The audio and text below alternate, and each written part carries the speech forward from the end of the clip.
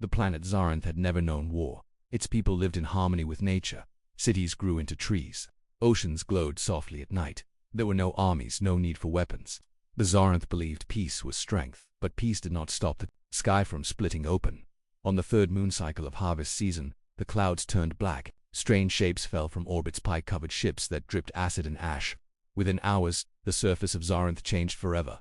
The invaders were called the Zarkith. They did not speak. They did not demand surrender. They landed in silence and began killing everything in their path.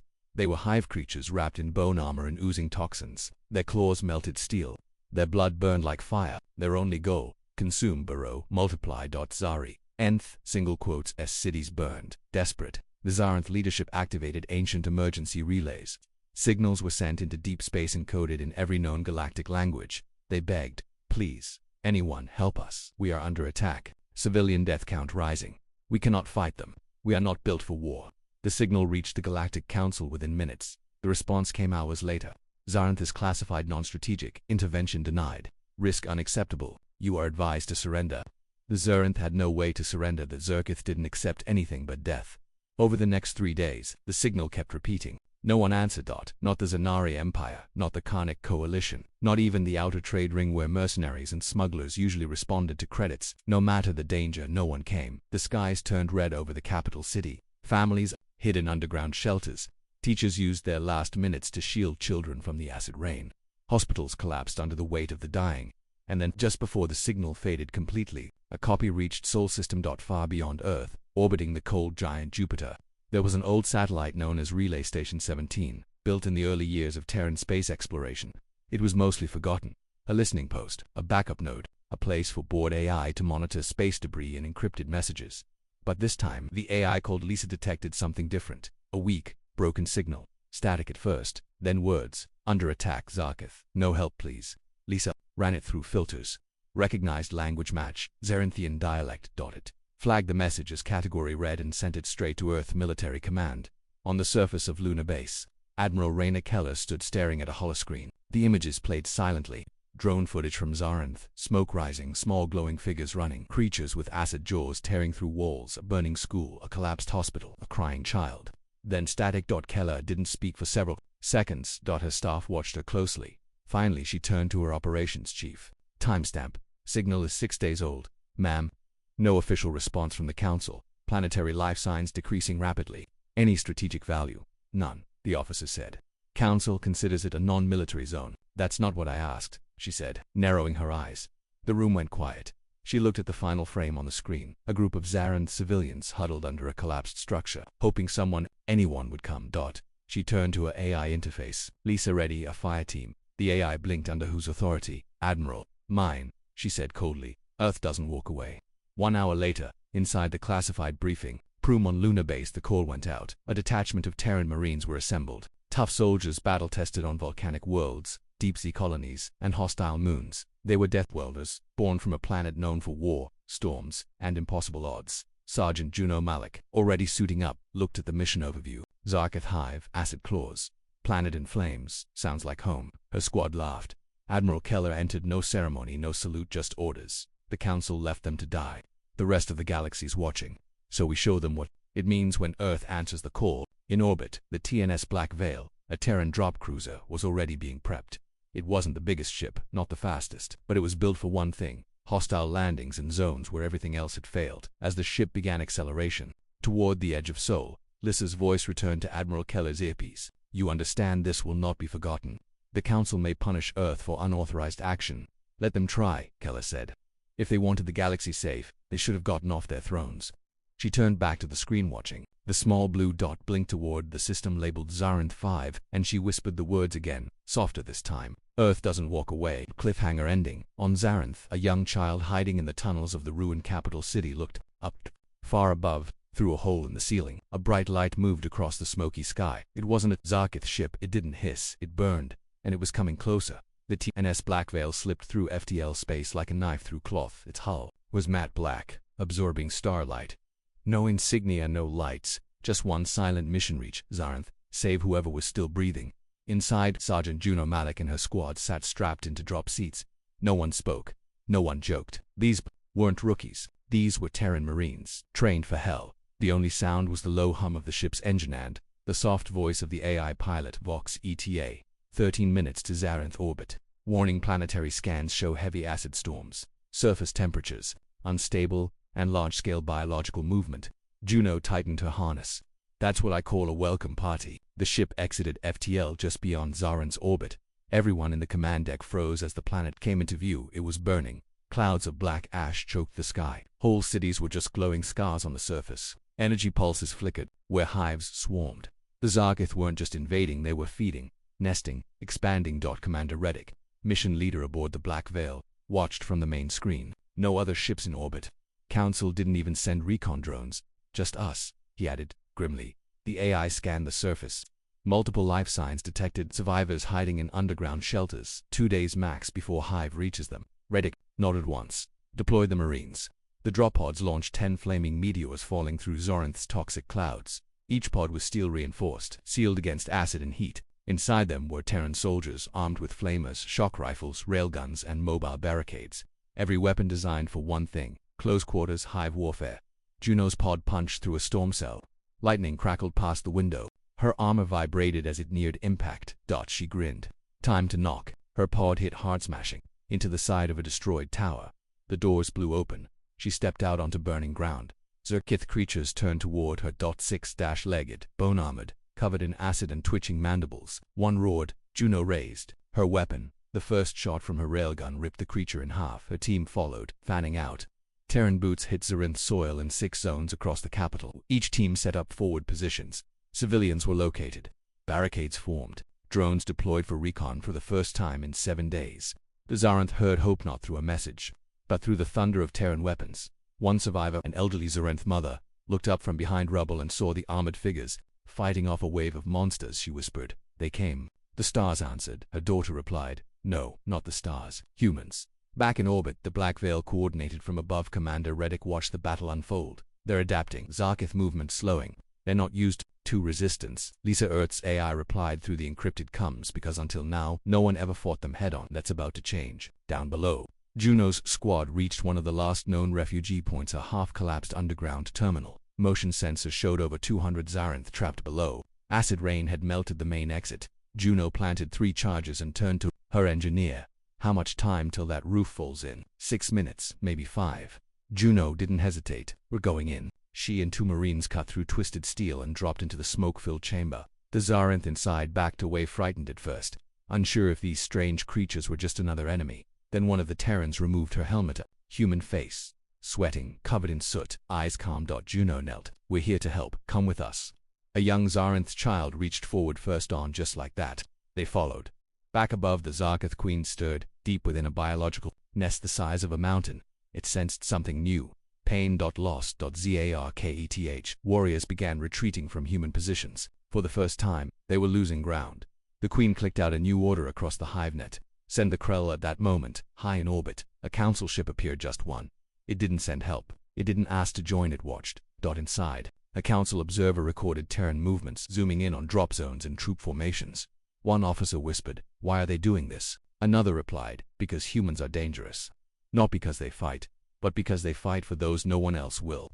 On the ground, things were worse than expected. Juno's squad was now leading over 100 civilians through an acid-flooded street. Drones lit up the dark sky above, marking routes through ruins. Suddenly, the air cracked. A massive shape slammed into the road. A Krell warform, 3 meters tall, 4 arms, bone plating, acid-fused breath. It roared with a deafening scream. 1 Terran Marine fire. The acid rains didn't stop. Not after 6 days.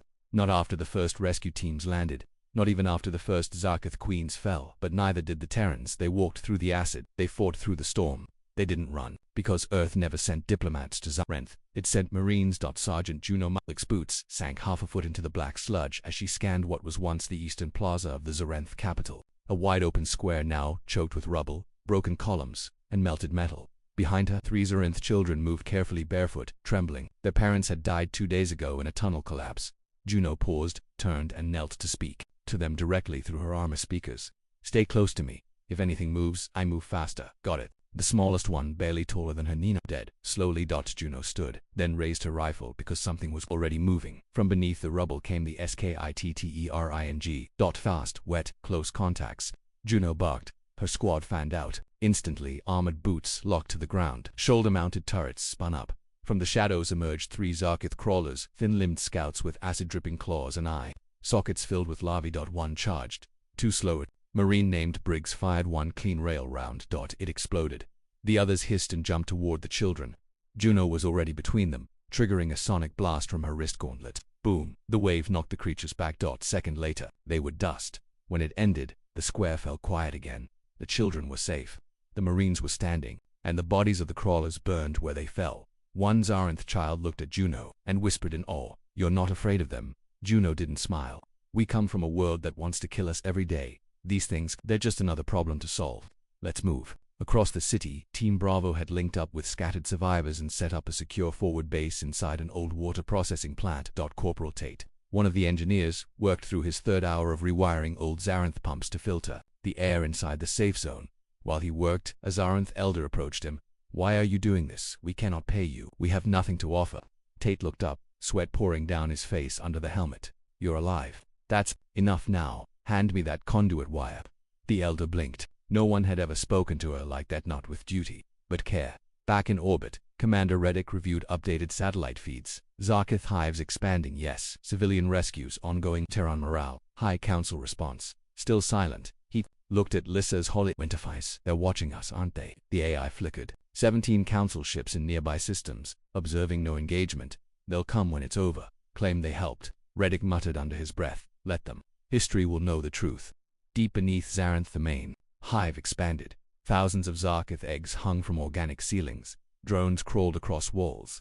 The queen pulsed in her nest, fed by acid rivers and harvested flesh. Suddenly, her hive mind detected something unusual, not fear, resistance, and fire. Zarkith memories had no concept of flame. Their enemies usually ran, but these ones burned them alive. Back above, Juno's team received new orders. Push into Sector 9 where multiple life signs had gone dark. It was a death zone, but they didn't hesitate. Inside the ruined library tower, they found over 50 survivors, trapped, starving. Zarkith tunnels had burrowed through the walls. Half the structure was collapsing. Juno radioed for a pickup. "Valkyrie 1, this is Fireteam Alpha. I have civilians. Need immediate evac." "Too hot," the pilot replied. "Acid winds and swarm signatures make landing impossible." "Then I guess we're walking," she said. What followed was a 2-hour urban march through burning streets under constant threat. Zarkith beasts attacked from the walls, from the ground, from above. But the Marines didn't break. One carried 2 children on his back, another, bleeding from a deep acid cut, refused medical attention until every Zarinth was behind the barricades when they reached the evac point. They had lost 0 civilians. Later that night, in a moment of rare calm, Juno sat beside a young Zarinth girl who wouldn't sleep. The girl whispered, "Why are you here? Why do you help us?" Juno looked at the sky, still orange, still cracked with smoke, "Because once, no one came for us either. Now we make sure no one feels that alone again." Meanwhile, on the council station, dozens of alien leaders watched the live combat feeds. They saw the humans walking through flame. They saw them fight with tooth and fire. They saw the Terrans rescue civilians without demand, and one counselor finally said aloud what the rest feared: "If Earth wins this, alone, we will never control them again." Cliffhanger ending. At the edge of Zorinth's orbit, a massive organic ship appeared, larger than anything yet seen. It pulsed. It oozed spores. It had no engines, just wings made of bone, and a mouth as wide as a city. Zarkith had sent their brood carrier, the final wave. The Marines looked up, and Juno smiled under her helmet. "Let them come." The brood carrier hung in low orbit over Zarinth, a massive living ship made of bone, flesh, and acidic glands. It pulsed like a dying heart, spitting clouds of spores into the upper atmosphere. Each spore held thousands of Zarkith larvae engineered to hatch midair and fall like rain. On the surface, Terran Marines stared up as the sky began to turn green. "We've got a situation," Commander Reddick said, calmly watching from the TNS Black Veil. The AI Lisa responded with one word: catastrophic. Across the stars, in a polished white chamber aboard the Galactic Council spire, dozens of alien representatives sat in silence. Large holodisplays filled the air, showing scenes from Zarinth real-time footage of burning cities, Terran troops escorting civilians, Zarkith swarms clashing with orbital artillery. The council speaker, a long-necked Cerellian with jeweled skin, leaned forward. "Have we confirmed Earth acted without permission?" An aide nodded. "Yes, Speaker." They ignored the pact. And yet, the speaker murmured, "They are winning." An old Zarnok general grunted from his seat. "That's what humans do. They don't wait. They don't ask." Another counselor, eyes twitching, said, "We told Zark to surrender. Earth just answered with war. If they win this alone, the entire balance shifts." A long silence followed, because they all knew it was already shifting back on Zarinth. Sergeant Juno Malik stood at the center of the new forward base, hastily built, half covered in rubble but full of life. Zarinth's civilians were receiving water, food, treatment. Some still looked at the humans with fear, but most now looked at them with something else. Hope. Juno checked her HUD. Dozens of red markers, swarm activity rising, biosignatures everywhere. The brood carrier had begun full-scale planetary seeding. "We've got maybe 12 hours before we're neck-deep in hatchlings," she said to her second-in-command. "And then it gets worse." Above, Commander Reddick, who was already preparing the next step, he called for a classified protocol. Something no council member wanted activated. Something built in secret after the new Oslo incident. "Project Sunlance," he said. Lisa's voice came through quietly. "Confirmed Sunlance is prepped in orbit. Target brood carrier. This is an unapproved weapon," she warned. "Firing may trigger galactic sanctions." Reddick's face didn't change. "Let them sanction us. We'll be alive. Fire when ready." Far away, in council territory, panic began to spread. One transmission, licked grainy but clear, a human warship orbiting a burning world, a planet classified non-strategic, and a Terran orbital cannon powering up. "They're deploying unauthorized heavy weaponry," shouted a Coeri ambassador. "They're undermining council order," cried another. But no one moved to stop them, not one ship, not one drone, because everyone watching knew stopping humans mid-war was suicide. Back on Zarinth, Juno received the alert in her helmet. Sunlance firing in 60 seconds. Clear a 5-kilometer radius from impact zone. She looked around. Her squad was still evacuating civilians. No time, no backup. She slammed her fist against her communicator. "Negative. Too many civilians in radius. We hold position. I repeat, we hold." Then she switched to squad comms. "Everyone form shields. Brace civilians. Nobody dies today." Above them, in high orbit, a circular Terran satellite unfolded like a flower. The cannon at its core spun up. Energy danced between the panels. A blue glow grew brighter and brighter. At exactly 0 hours, 0 minutes, and 0 seconds UTC, the Sunlance fired. A beam of pure light speared down from space, staring through the clouds, piercing the atmosphere, striking the brood carrier dead center for 1 second. Everything went silent. Then the sky exploded. The brood carrier didn't just die, it ceased to exist, vaporized. In midair, its acid cloud burned off. Its larvae turned to dust. Zarketh across the planet screamed as their link to the queenship shattered. They began retreating, scattering, fleeing underground. On the surface, Zarin civilians watched the sky turn blue again for the first time in weeks. One child asked, "Was that the gods?" A Terran medic replied softly, "No, that was Earth." In the council spire, silence ruled once again. They had just witnessed what the humans had built in secret, what they were willing to use, not for power but for people the council deemed unimportant. A young aide, clearly shaken, whispered, "We told Earth they'd never belong to the council." Another voice muttered, "Maybe they were. Never supposed to." On Zarinth, Admiral Raina Keller's message was broadcast planet-wide. "To the citizens of Zarinth, you are not alone. Earth has C." The crater still glowed blue. Where the Zarketh brood carrier once hovered in orbit. Now there was only a burning hole in Zarinth's atmosphere. Bits of ash fell like snow. The acid rain had stopped for the first time in a week. The Sunlance had worked too well. Inside the forward base on the southern plains, Sergeant Juno Malik crouched beside a wounded Marine. The explosion had knocked over buildings for miles. Even underground bunkers had shaken. The civilian death count. 0. The death count, unknown but massive. Juno adjusted her cracked helmet and looked to the sky, where faint streaks of the energy beam still lingered like a scar across the clouds. A young Zarinth girl tugged at her armored sleeve. "Did you do that?" Juno shook her head. "No, that was something bigger. Something Earth didn't want to use. But when it's the last option, we don't hesitate." On board the TNS Black Veil, Commander Reddick stood silent before a flickering hologram. It was Admiral Raina Keller. Her face was calm, but her eyes were sharp. "Report. The brood carrier is gone," Reddick said. "Civilians safe. Zut, retreating into deeper tunnels." "And the council?" Reddick smirked, still pretending they're in charge. Keller nodded. "Keep pushing. Find the hive core. Burn it down. When Earth commits, we finish the job." The signal cut out. Reddick turned to his officers. "Deploy mining scanners. I want every underground passage lit up. We're going in."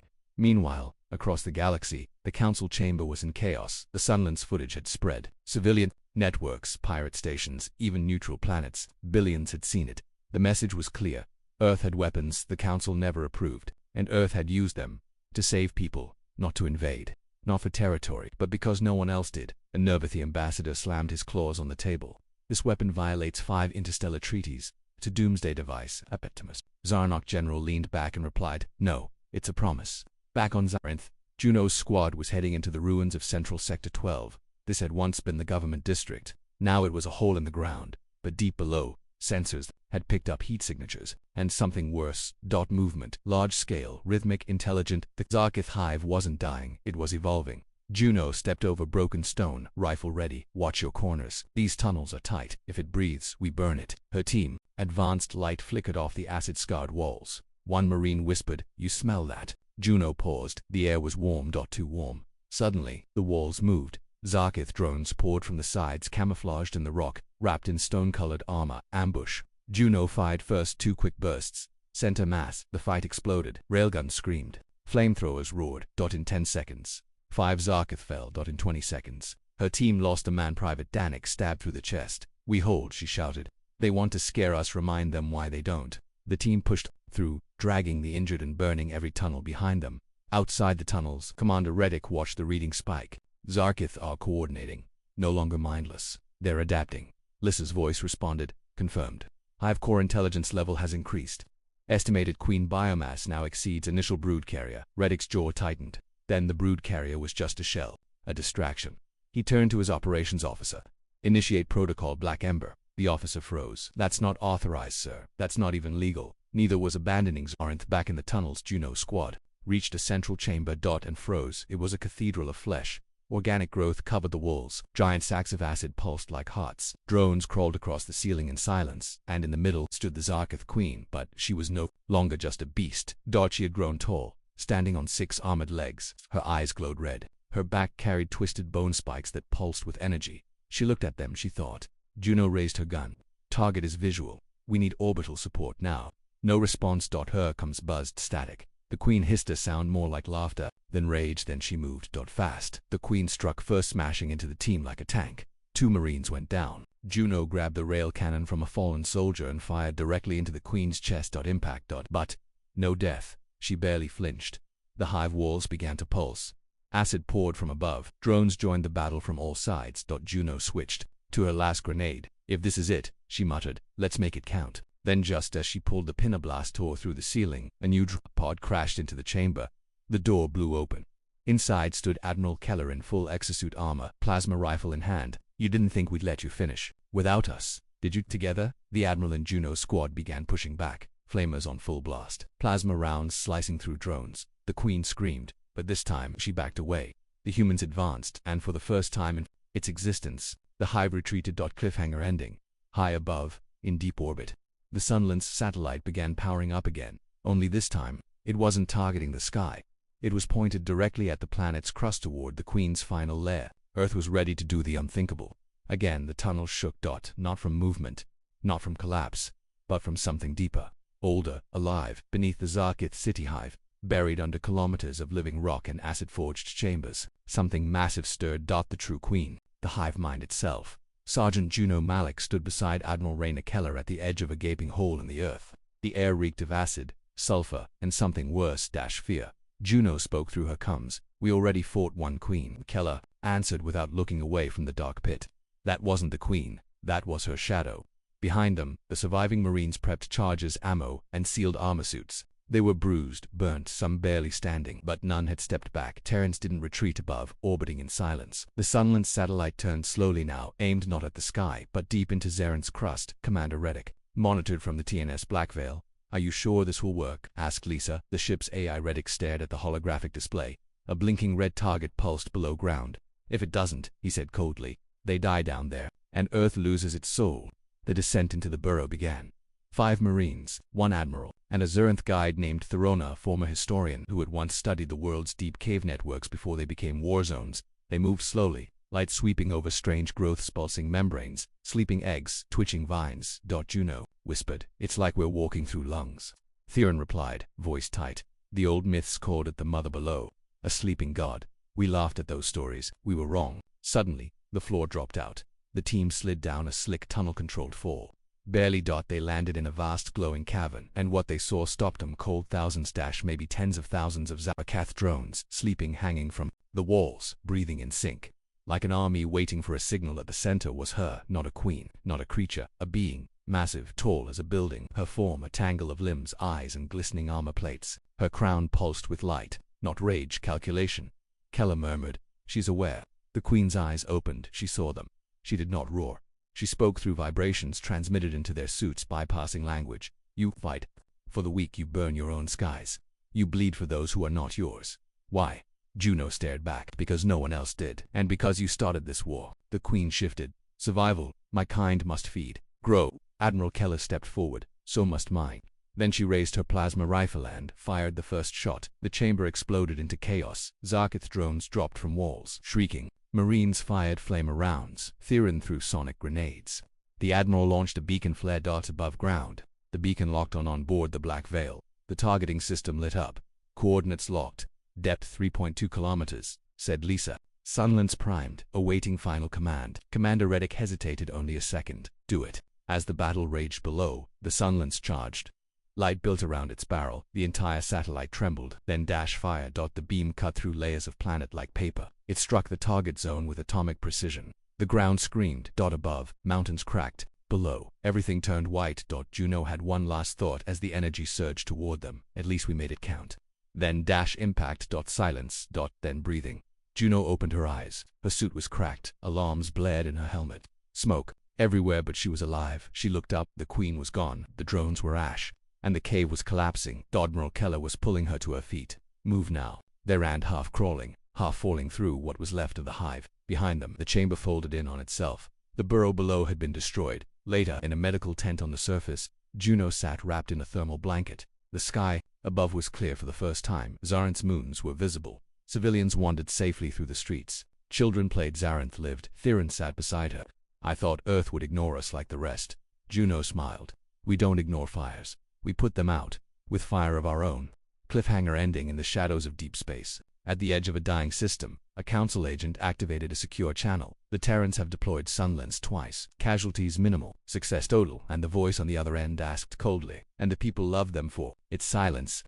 The stars were quiet. Zarinth was healing. Its skies were clear for the first time in weeks. Acid storms had stopped. The hives were gone. Civilians began rebuilding homes, guided by Terran engineers and protected by Terran Marines. But in the deep, dark between systems, others were planning. Not the Zarkith, the Galactic Council, and this time, they weren't ignoring Earth. They were preparing to stop it. Inside a sleek warship, cloaked in orbit around the Red Moon Farness, 7 council representatives met in secret. Species from all corners of the galaxy, tall, spiked Zanokmut, Zelari soft-skinned advisors from the Neuron caste. All of them nervous.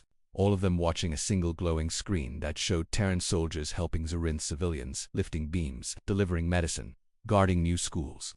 They're not just winning wars, one hissed. They're winning hearts. Another growled. We told them Zarinth was unimportant. Now Earth made it important, the Neuron advisor whispered. They're becoming heroes. That single word made the room fall silent, because that was the problem. Empires fear heroes. Back on Zarinth, Admiral Raina Keller reviewed the final reports. Over 92% of all Zarkith nests were eliminated. The remaining 8% were sealed or sterilized by fire. Civilians were safe, and Earth's mission, though unapproved by the Council, had succeeded. Sergeant Juno Malik stood beside her, bandaged but standing proud. We did it, she said. Keller nodded, but her eyes didn't relax. The Zarkith weren't the only enemy. Juno raised a brow.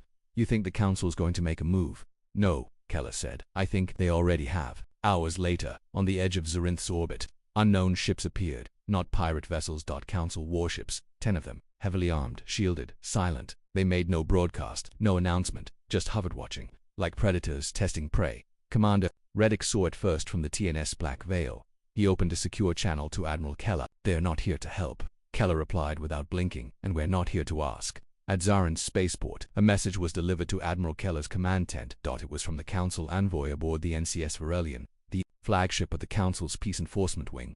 The message was short. You are ordered to withdraw Terran forces from Zarinth within 24 hours. Your presence violates Article 7 of the Galactic Peace Accords. Refusal will be considered an act of rebellion. Juno read it aloud. Rebellion, she nearly laughed. We saved this world.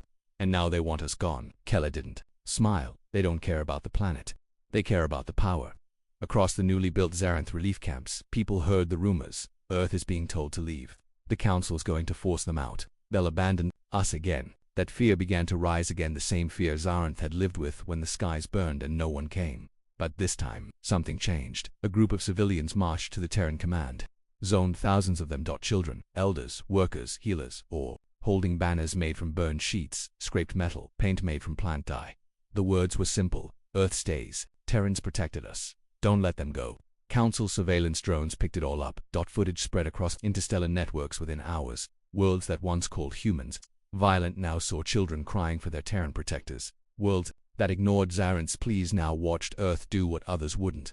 The Council met again, this time in panic. "They're making us look like monsters. We can't let Earth rewrite the galactic order, do we?" Fire. Silence. No one wanted to say it, until one voice whispered yes. On board the NCS Verelian, weapons powered up. Their first target wasn't a warship, it wasn't a base, it was the largest Terran civilian aid station. Their plan was simple: force Earth to back down by striking its heart. On Zarenth, alarms blared in the Terran base. Reddick shouted over comms, "They've locked weapons targeting our aid camps." Admiral Keller didn't hesitate. "Deploy all surface shields, scramble all interceptors, and broadcast one message: Earth stands. Fire, and you start a war." The Council ships ignored the warning. They fired. A single plasma torpedo screamed toward the surface. It never reached, because 30 Terran interceptors launched instantly, breaking atmosphere in formation. Streaming heat. 3 were hit. 1 destroyed, but the others struck the torpedo mid-flight. It exploded in the air. No civilians were harmed, but now there was no going back. Cliffhanger ending. A new message broadcast across every system. From Earth. Simple, cold, final: "We came to save, not conquer, but if you make us choose, we will defend. Zarinth will not fall, not to monsters, not to empires." The galaxy held its breath, and the Council realized they hadn't stopped Earth. They had just made it angry. The skies over Zarinth were no longer dark. They were full. Terran interceptors raced overhead in diamond formations. Massive warships hovered in low orbit, their cannons silent but ready. Hundreds of Zarenth's civilians lined the streets, staring upward, not in fear, but in defiance. Because now the galaxy knew one thing: Earth doesn't run, Earth protects. And when you cross Earth's line, it fights back. Inside the command tent, Admiral Raina Keller stood before the large holoscreen. The feed showed 10 Galactic Council warships, still holding position just beyond Zarenth's defense perimeter. They hadn't moved since the failed strike on the Terran aid camp, but Keller knew they would. The Council wasn't used to being challenged, and Earth had just challenged them in front of every system watching. Sergeant Juno Malik entered, armored, patched up, and ready. "They'll come again," she said. Keller nodded. "And this time they'll hit harder. But so will we." Across the galaxy, reaction was pouring in. Neutral worlds that once bowed to the Council now questioned them. Zaren's broadcast of the near strike on civilians had gone viral. Even Council-aligned systems were sending messages like, "Why are we attacking those who saved the helpless? Why is Earth doing what the Council refused?" Some called for war, others called for talks, but Earth didn't wait for votes. Back in space, the TNS Black Veil hovered like a silent wolf. Commander Reddick stood on the bridge. A new contact blinked on the screen. Not Council, not pirate, but Terran, one of Earth's oldest ships. "A legend that's impossible," one officer whispered. But it wasn't, because the TNS Leviathan, Earth's first supercarrier, had arrived, its hull blackened from old wars, its engines burning like suns. A message came through: "Stand by, Black Veil. We are Earth's final word." On the ground, Zaren's people gathered near the landing zones. Children held Terran flags. Elders passed out food to Marines. Civilians painted "Thank you, Earth" on the rubble walls. Juno walked through it all, watching, listening, and feeling something she hadn't in a long time. Pride, not for her strength, not for the kills, but for what it all meant, for who they'd become. The Council made their move at dawn. 3 warships broke formation. Shields up, weapons primed, they descended fast toward Zarenth's orbit, ignoring all comms. This wasn't a warning, this was a message. "We control the galaxy. Earth does not." Admiral Keller stepped onto the surface control deck. "Are they targeting civilian zones?" "Negative," a tech responded. "They're heading straight for us." Keller's face hardened. "Good." She tapped her Leviathan. "You're clear to engage." What happened next would be studied for centuries. As the 3 Council ships entered lower orbit, preparing to fire, the Leviathan opened its side panels. 12 silos, 6 energy lances, and 1 weapon that had only ever been tested on moons: the Thor spear. The ship didn't speak. It didn't threaten. It simply acted. 3 white-hot beams lanced down in 5 seconds. All 3 Council warships were gone. Not destroyed, erased. The rest of the Council fleet powered down their weapons. Not because they surrendered, but because they were terrified. The Leviathan sent only one broadcast: "You crossed Earth's red line.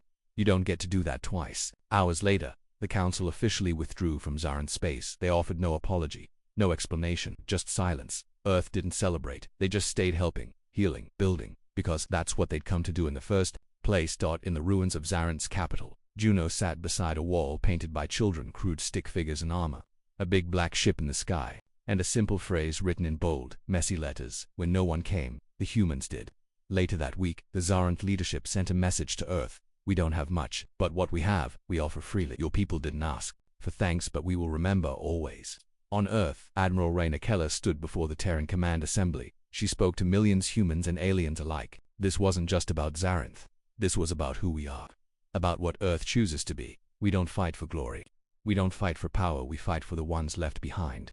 She paused, then added, if the galaxy fears that, let them. Final scene. Far away, in a dark room within Council space, a secret committee met. They studied footage of the Leviathan, of the Sunlets, of the Terran Marines. We underestimated them, one said. They don't want war, said another, but they are ready for it. A third leaned forward and whispered, what happens when others start calling Earth? Not an outsider, but a leader. No one answered, because deep down they all feared the same thing. Earth hadn't changed. The rules. Earth had become the new rule.